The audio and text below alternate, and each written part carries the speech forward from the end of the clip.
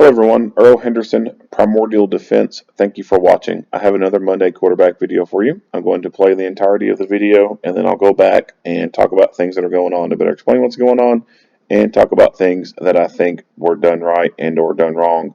Without further ado, here we go.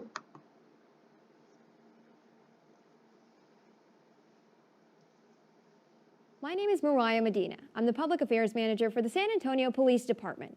This critical incident video release is intended to provide you with information as the department currently understands it about an officer-involved shooting that occurred at Wycliffe Drive and Willenbrock Avenue on the city's east side on August 13th.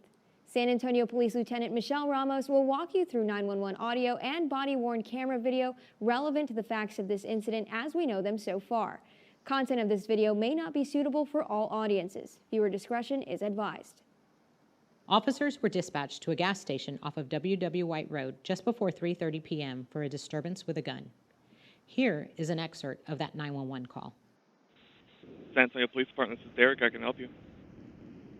Hi, I was calling because I just left the store, the pit stop, and there was a few guys out there, and one pulled out a gun, and he was threatening the other guy that he was going to shoot him, and he was right in front of the store, so the store owner wanted me to call it in.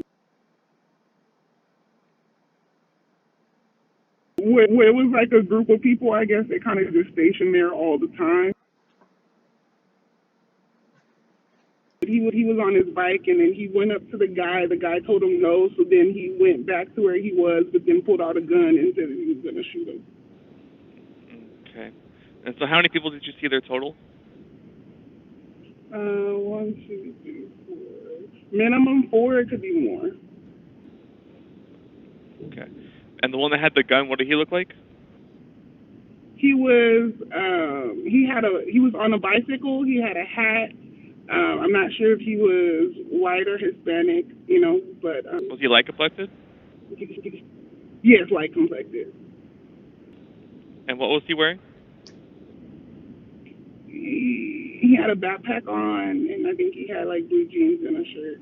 But I didn't. I saw the gun. My eyes went to the gun, and that's why I was I told the store owner, and she said if I don't mind reporting it. Okay. And do you remember the color of the shirt? No, I couldn't, but he's the only one that's not African-American that was over there. Approximately 6 minutes after the 911 call was made, the first responding officer saw an individual matching the description of the suspect riding a bike. The officer then proceeds to follow the suspect, calling for another unit in the process. 240 on Odessa going southbound. There's a male on a bike. I'm going to turn around and see. That might be him. I copy. 3250, do you copy? Southbound Odessa, a male on a bike, that might be our suspect.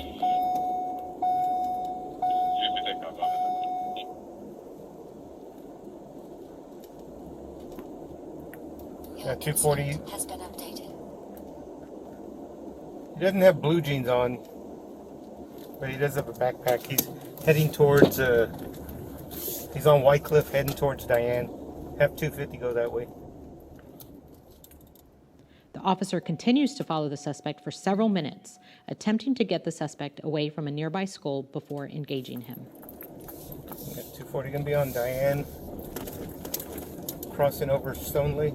I'm gonna let him get away from this school. The suspect gets off of his bike before running from the officer.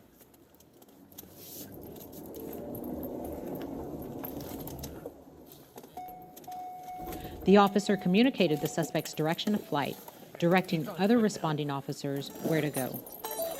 He's right here at the corner. Copy, he's there at the corner, 700 Stoneley. He's taking off his backpack. He's running southbound towards the next street over. Copy, drop backpack southbound, next street over. He's in the alleyway. Another responding officer encounters the suspect in the alley. The suspect runs from the officer, and the officer gives chase. Hey man, come here. Come here.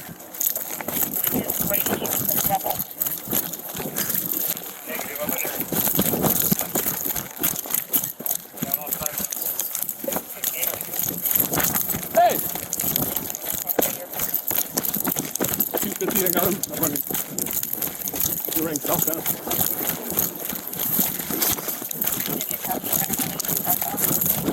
Get on the ground.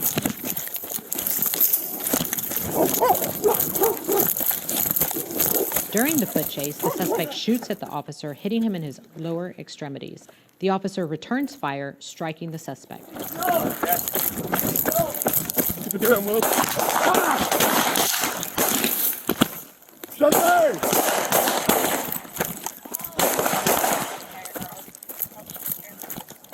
Keep it down, Will.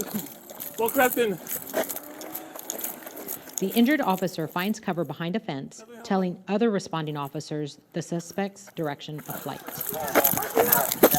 West! West! During this time, the first responding officer hears the gunfire, returns to a patrol unit, and drives toward the suspect's last reported direction of flight, spotting him in a nearby field.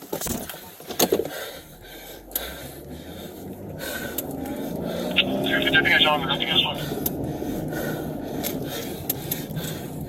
coming in fast. You said he's at gunpoint. All right, you got it. He should be here as soon as. All right, 240. He's in the alleyway. No, he's in an open field behind the car wash. He's got the gun in his hand. He's in an alleyway in the open field, has a gun in his hand. Give me a location. Give me an intersection.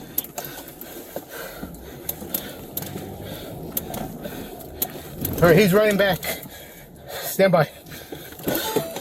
White shirt and stripe.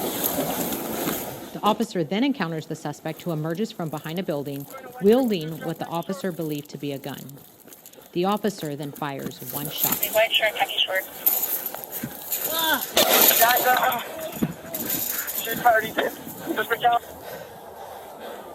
240. He's down. It was later determined that the suspect was unarmed at that time. The suspect, identified as Stephen Primm, was pronounced dead at the scene. The officer who was shot was taken to SAMC and was released shortly thereafter. Investigators recovered Primm's firearm on a roof of a nearby home. Investigations into deadly force are comprehensive and can take over a year. A reminder, this is our current understanding of the situation and could change as investigators gather more information. The San Antonio Police Department does not make any determinations as to whether procedures were followed until all facts are known. All officer-involved shootings are forwarded to the Bexar County District Attorney's Office for review. As of this publication, the investigation remains ongoing.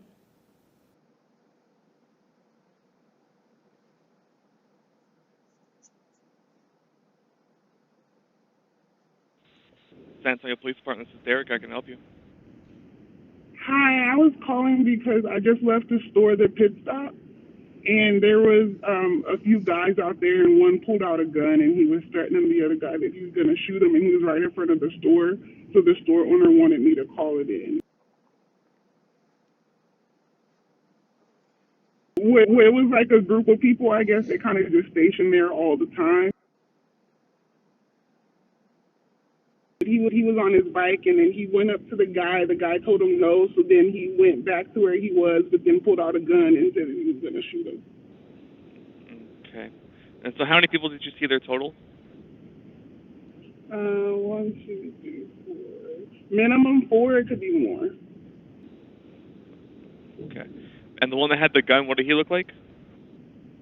He was he was on a bicycle, he had a hat. I'm not sure if he was white or Hispanic, but... Was he light complected? Yes, light complected. And what was he wearing? He had a backpack on, and I think he had, blue jeans and a shirt. But I didn't. I saw the gun. My eyes went to the gun, and that's why I was like, I told the store owner, and she said if I don't mind reporting it. Okay. And do you remember the color of the shirt? No, I couldn't, but he's the only one that's not African American that was over there.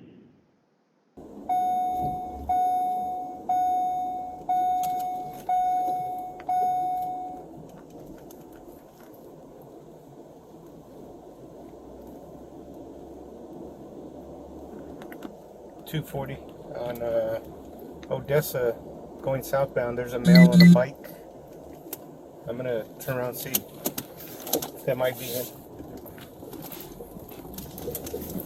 I copy. 3250, do you copy?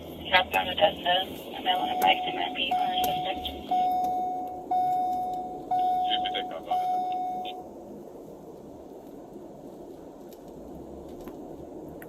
Yeah, 240. Has been updated.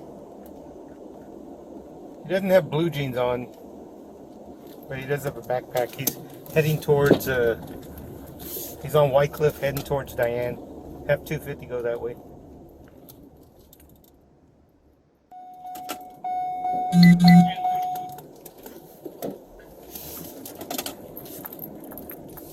Yeah, 240 gonna be on Diane, crossing over Stoneley. I'm gonna let him get away from this school.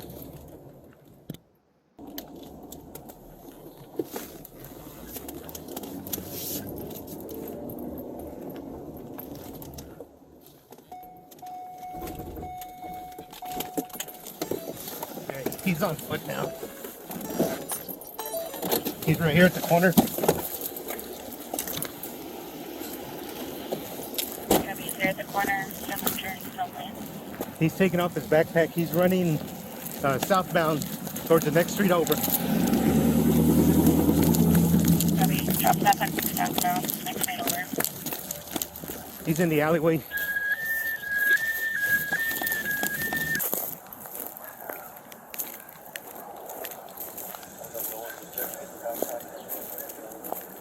Hey man, come here. Come here.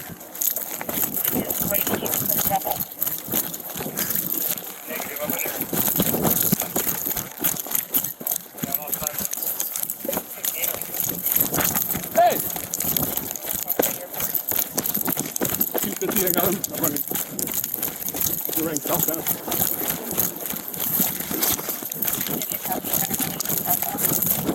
Get on the ground.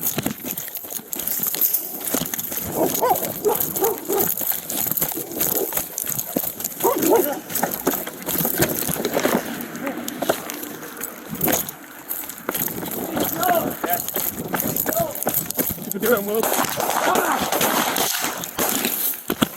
Shut there!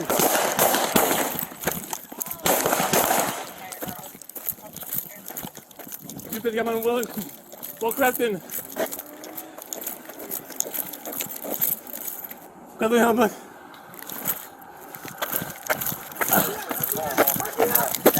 West!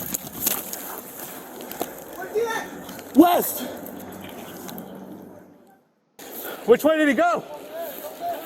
Okay. Stay back, stay back. Just hold the perimeter.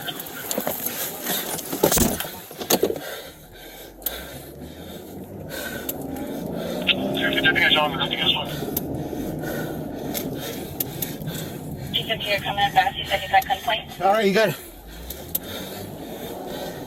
You should be here as soon as. All right, 240, he's in the alleyway. No, he's in an open field behind the car wash. He's got the gun in his hand. Copy, he's in an alleyway in an open field, has a gun in his hand.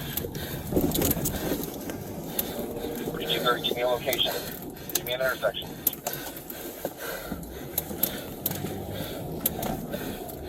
All right, he's running back. Stand by. White shirt to the stripe. Wearing a white shirt with the stripe, khaki short. The white shirt, khaki short. Guys, shoot priority. Suspect down.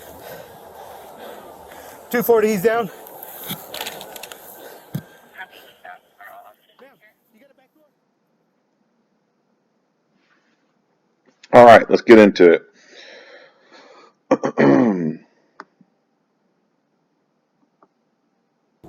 Odessa going southbound. There's a male on a bike. I'm gonna. Southbound Odessa. So he gets turned around. I'll back it up a little bit more.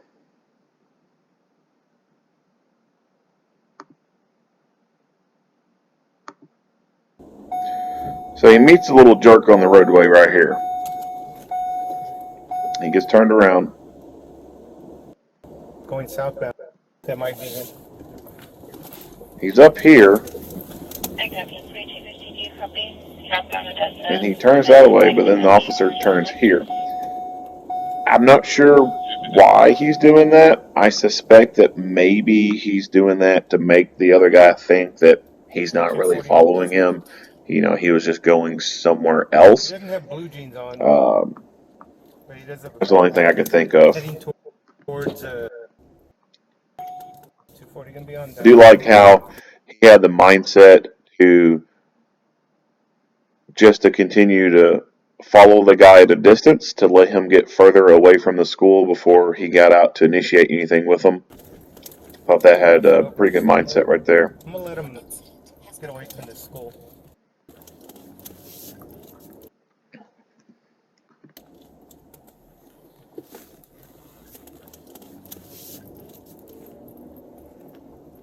So something was going on with the bike. I don't know what he had going on with it, but it stopped him for some reason. And he continued, as the officer got closer to him, he continued to try to take off on the bike.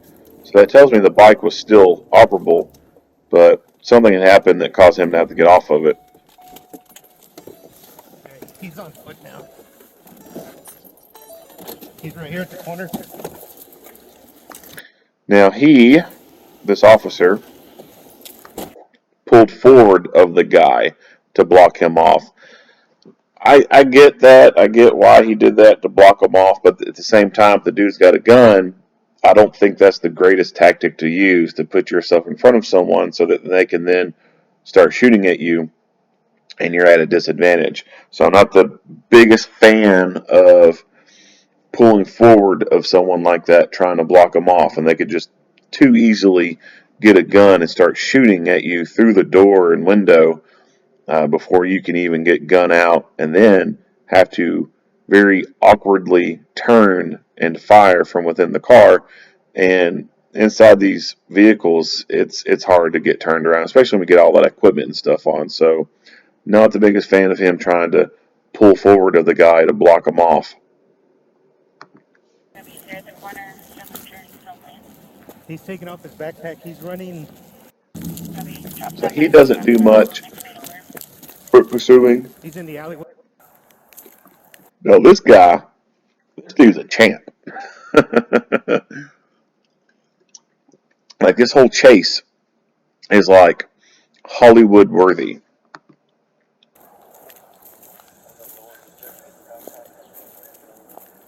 Hey man, come here.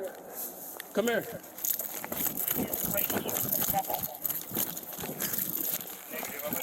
He just effortlessly goes over the fences. Now, one thing I noticed is that when he does this, both times, he puts the gun in his left hand and then transition it back to his dominant hand. I'm not the biggest fan of that. I get, you want your gun in the event of a fight, but if you're going to be running and then trying to transition that gun over into a non-dominant hand just so you can use your dominant hand to get a purchase point on a barrier to scale it, then I think you should just go ahead and put that gun in the holster and let it stay in there, scale the barrier, and then get it back out.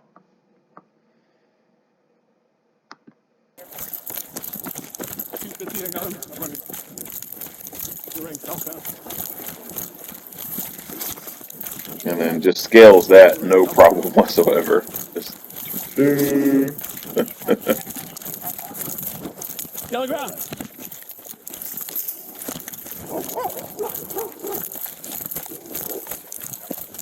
And then it's like I said, it's like Hollywood worthy. Like, this random ass thing right here in the corner just so happens to be there and allows him to scale the fence more easily.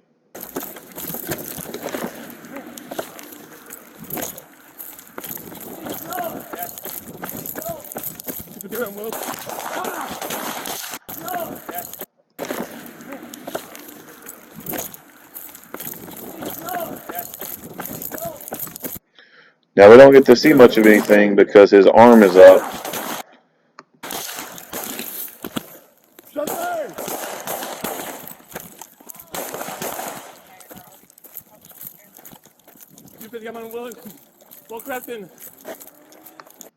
So sometimes, the placement of the body camera and placement of your lapel mic has an effect on what the camera can actually capture, because that whole gunfight, his arm was in the way trying to hold on to the lapel mic.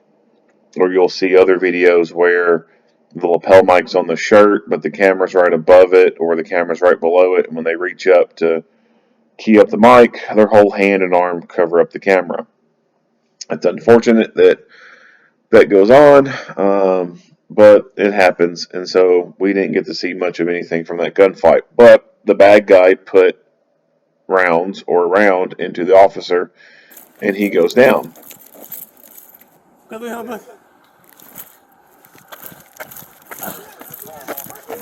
now see that he's somewhat limping. West. Which way did he go? Okay. Stay back. Stay back. Just hold the perimeter.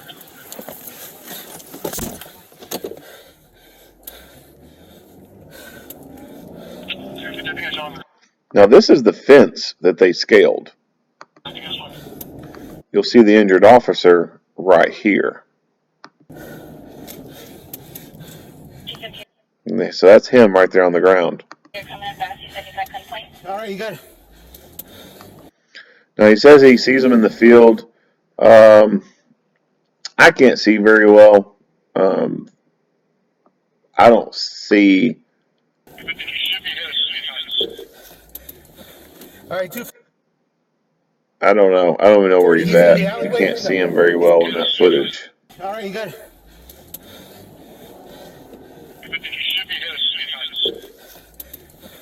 All right, 240. He's in the alleyway. All right, 240. Wherever he must be out of camera view, because I don't see anything that looks like a person running through here. He's in the alleyway. No, he's in an open field behind a car wash. He's got the gun in his hand. He's in an alleyway in an open field, has a gun in his hand. Could you give me a location? Give me an intersection. But we see him pop up right there. All right, he's running back. Stand by. White shirt, blue stripe. Wearing a white shirt with blue stripe, khaki short. White shirt, khaki. So I like how he posts up right here and he gets ready for this dude to come around the corner. Short. White shirt, khaki short.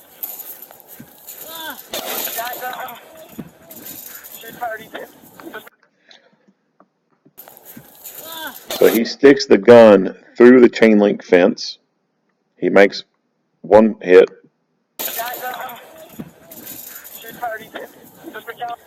Now I don't know. I mean, a chain link fence does have a certain, measurement between this and this. Not so crazy about the idea of sticking the gun through the chain link fence to fire. And I think what he did was he stuck it through and put downward pressure onto the chain link fence, and then popped that one round off. Now, I think what helped him be able to accomplish that without the front sight hitting the chain link is the fact that he does not have a weapon-mounted light on there. If he'd had a weapon-mounted light on there, one, I'm not even so sure he'd been able to get the gun to fit through the chain link fence. But then two, if he was somehow able to manage to get the gun into the chain link fence to fire, there's the possibility that as the slide went back, the front sight could have hit on the chain link fence and then caused the gun not to properly cycle in eject the casing and put a new round into the chamber. So not the biggest fan, not the biggest fan of wanting to stick a gun through a chain link fence like this. Um, but he did it and he got away with it. He pops one round into the guy and he goes down.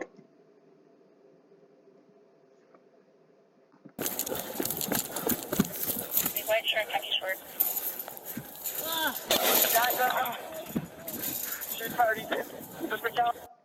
So at this point, the guy didn't have a gun. Um, he had thrown it onto the roof of a house, and I would say since they were so close over there to that shooting and where he ran, I would say probably when he ran in between these houses, it's probably sitting on the roof of this house or sitting on the roof of this house over there. Those would be my two likely bets where that gun's sitting at. And street thugs do this a lot. They throw all kinds of stuff up on the roofs of houses and stuff.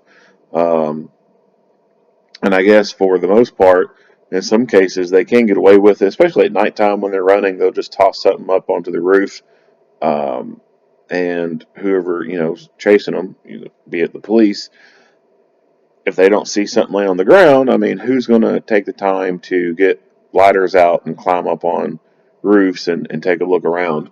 So I'm sure some of them, as they're running, they probably have in the past some level of success with throwing stuff on a roof and then no one ever finding it and they getting away with that.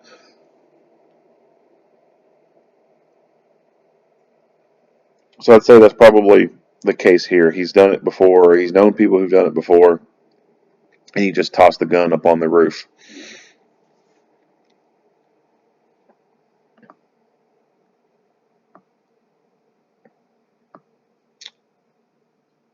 Not much else to say about this. We don't get to see any medical treatment, so I'm not going to talk about medical stuff. Well, you know what? I will talk about medical stuff because someone was shot and was injured. All right, so this officer was shot.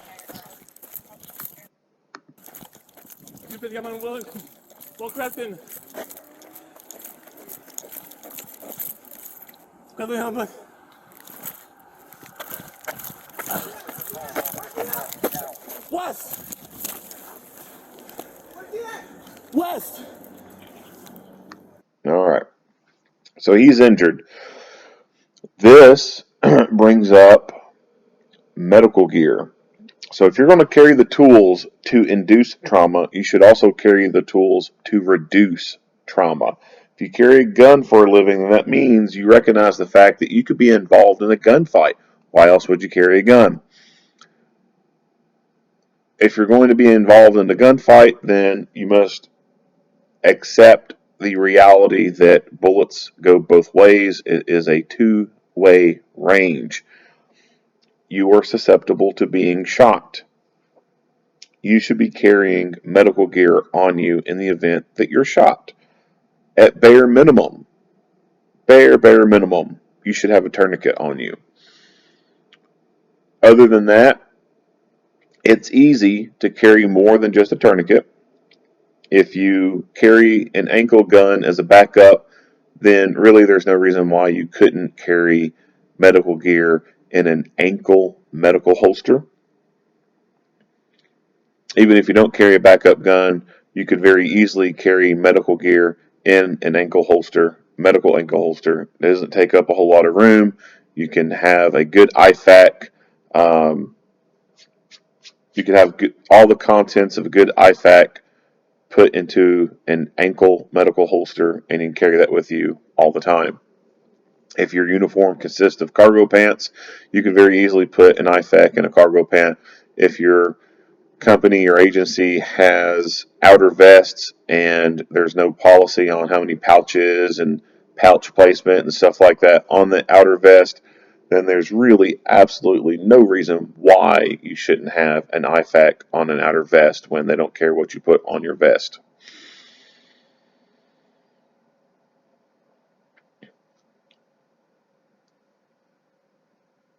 the IFAC items, the individual first aid kit items that you would need, something that to deal with hemorrhaging. So a tourniquet would come into play for an extremity wound that has hit an artery, and tourniquets will stop arterial bleeding pretty good.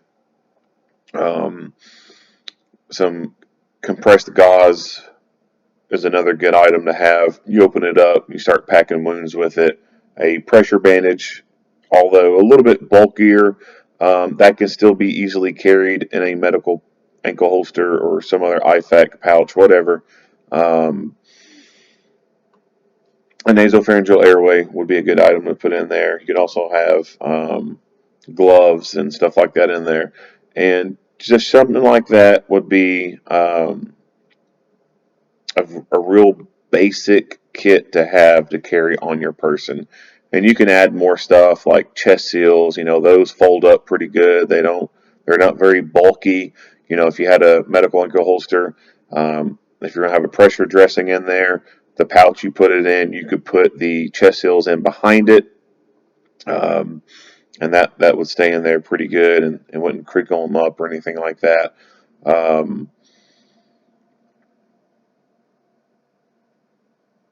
The tourniquet could either be in that kind of pouch, or you can have it on your belt. So there's a company that makes a tourniquet holster to go on the duty belt, and it can go anywhere on the belt and not take up a whole lot of room.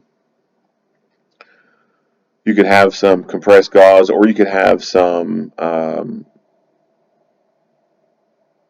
hemostatic infused kind of gauze to be able to help reduce the bleeding. Different options there. You can have very, very low minimum stuff, or you can kind of go with a lot of stuff, and still it doesn't take up a whole lot of room. You can carry it on your person with no problem. And that would be what I would call first line medical gear, stuff that's on you. Your second line medical gear, or your support medical gear or supplemental medical gear, could be the stuff you keep in your car. The big trauma kit to be able to supplement the stuff that you've already used on you or someone else.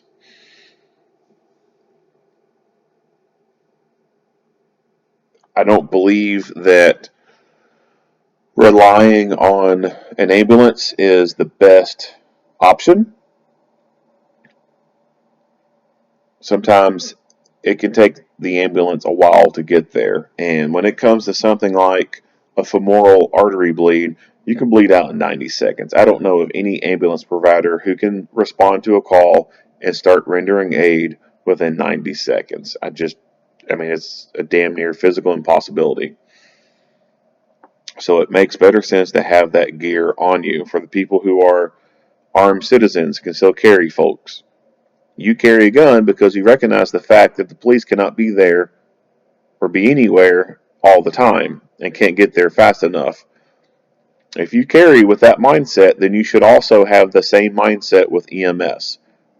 You have to carry your medical gear because an ambulance can't get there fast enough, and there aren't enough ambulances to be around everywhere all the time. If you carry a gun to save your life, you need to carry medical gear to save your life. The gear is one thing, the training and the knowledge behind it is another. There's plenty of places to go to get medical training. Most agencies will provide at least bare minimum of first aid training. Some private security companies may or may not provide first aid training. First aid CPR training it's not that expensive. It's not going to break the bank. You can very easily find classes in your area, sign up, and go to them. There are other private companies that provide more advanced training, more gunfighter-oriented kind of medical training, and I would highly suggest signing up for those kind of classes. And it's going to be more worthwhile. It's not like it's just things that only deal with gunshot wounds. The knowledge that you're going to get from those places will be able to help you render aid to people who don't have gunshot wounds. After the scene of an accident, car accident, or something like that, you're going to be able to render that kind of aid. And with that being said, the things that you're most likely to come across in life anyway are going to be accidents of some sort. Whether you're on the road and you come across a car accident, you're at a store and there's some type of accident, someone falls, hurts themselves, you're more likely to come across medical problems for someone or come across medical problems in your general day-to-day life than you are come across gunfights. So we all want to prepare for the bad case scenario, carry a gun all the time, but also carry medical stuff. And when it comes to guns and medical stuff, I probably have more medical stuff than I do guns. I've got med kits in the house, my car, the wife's car, multiple of them. And that's because the reality of the matter is you're more likely to come across some type of medical issue than you are to come across, Mogadishu gun battle type of scenario. It just makes more sense to get the equipment and the knowledge for medical stuff because that's most likely what's going to happen.